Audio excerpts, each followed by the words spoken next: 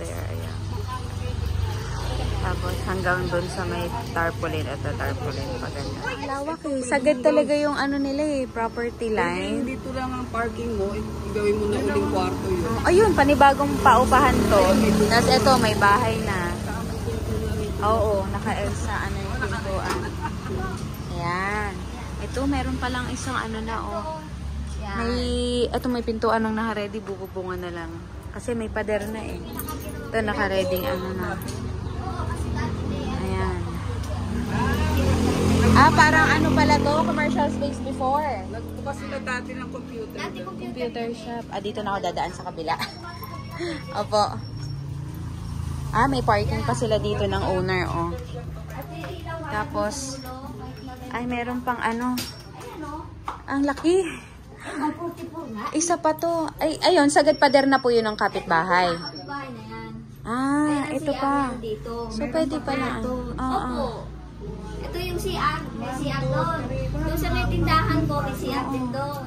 Dito ngayon sa kabila na to, ito ang may paupahan. Paupahan pa itong kabila. Yun lang, hindi natin pwedeng videohan dahil may naka, ano. May naka, nga po. Pero anong size po nitong paupahan? Sa kabila, dito saan? So nasa 100 plus, ano yun? 140, 70. 70, something. Opo, ang lawak din ha. Tapos mayroon pa ditong secret secret pathway. Ayun sa paupahan ito na yung ano niya. Kasi yung aming yan yun. Yan. Silipin mo. Ito yung paupahan. Ayan yung paupahan. May CR din yan. Ibalik tatlong CR. May CR dito. Tapos yung kontador nyo po is? Isa pa ano na kayo? Sa meter. Okay. Tapos ito lastly is, etong bahay nyo po may up and down din po siya. Ito, parang pwedeng tindahan doon.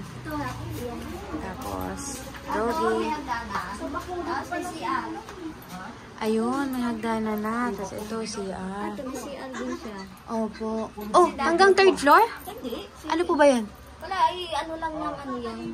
Wala lang yan? Akala ko another stairs pa, Nagoyo ako dun, hanggang 2nd floor. Tapos ito, pwedeng, commercial space na, Nice.